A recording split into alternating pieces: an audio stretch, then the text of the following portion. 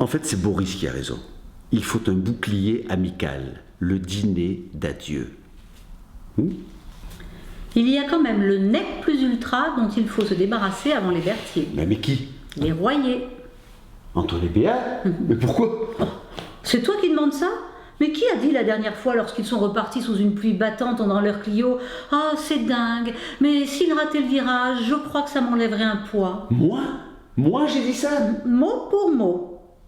Ouais, je l'ai dit, mais c'est surtout pour elle. Elle est chiante. Le principe du dîner d'adieu, c'est que tu es le seul à savoir que c'est un dîner d'adieu. Écoute, Pierre, il ne rappellera pas de toute façon. Merde! C'est lui! Oh la vache! Mais t'avais dit qu'il rappellerait pas! Mais il n'a pas appelé, il est revenu! Mais j'ouvre alors! Ben on ne va pas le laisser sur le paillasson! Moi je peux pas, là, je peux Oh, écoute Pierre, mon amour, courage! Tu vois, je suis tellement fatigué, je pourrais pleurer! Et t'en pleureras plus tard si tu veux, mais là il faut que tu finisses ce que tu as commencé. Allez, ouvre la porte! Bon, je peux aller faire pipi là? Non!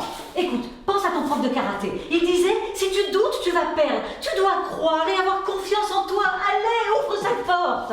Ça comptera pas comme un nouveau dîner! Ça sera un autre dîner, on est d'accord. Je vais pas louper les Bertels parce qu'il a oublié son écharpe. Il a oublié son écharpe? Mais non, mais c'est une façon de parler. Ok, ouvre la porte.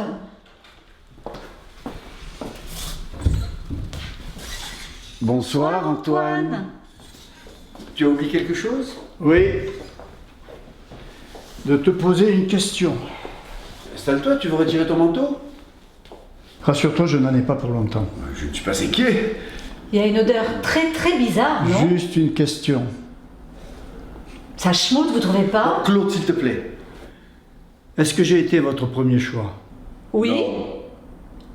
Qu'est-ce que tu veux savoir? Si tu as été le premier envisagé ou si tu as été le premier dîné? Est-ce que vous êtes tout de suite tombé sur mon nom ou est-ce qu'il y a eu hésitation? Hésitation, je ne sais pas, mais il y a eu discussion. Moi j'étais pour les Bertins. Les Bertins. Un couple d'amis du travail de Claude, une horreur. Surtout lui d'ailleurs. Hein. Oui. Et vous avez hésité entre eux et moi. Et voilà, mais c'est toi qui as gagné. Je suis flatté. Ne te méprends pas, Antoine. Tu sais, ça a été un choix extrêmement difficile. En quelque sorte, on peut dire que vous avez été ex-aequo.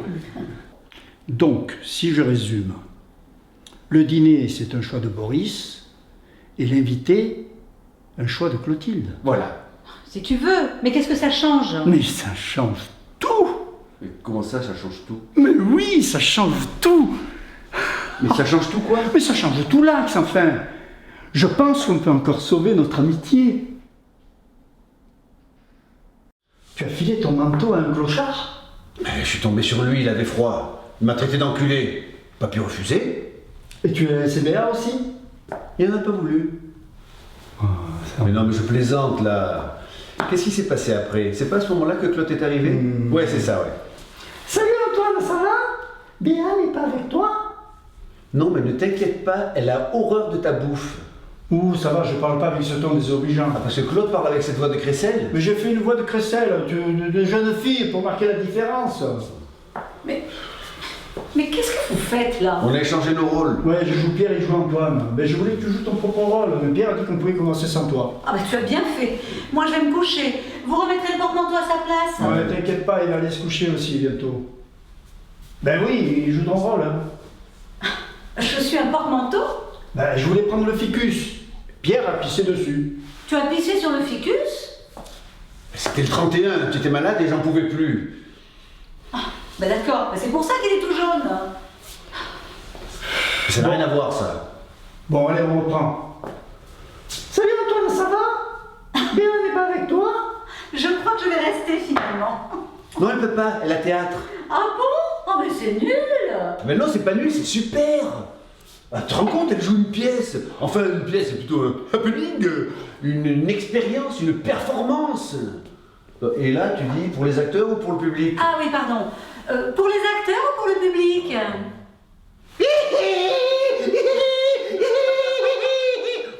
excuse-moi, j'ai un petit peu amplifié le trait, mais tu as quand même un rire perçant en vrai quand même. C'est hein. ça, allez, on reprend. Ok.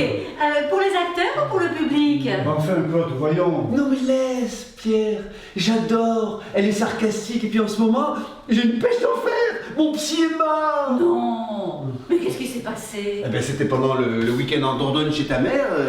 On venait de me faire un lavage d'estomac, alors j'avais pas trop la forme. Par contre, qu'est-ce que je pétais.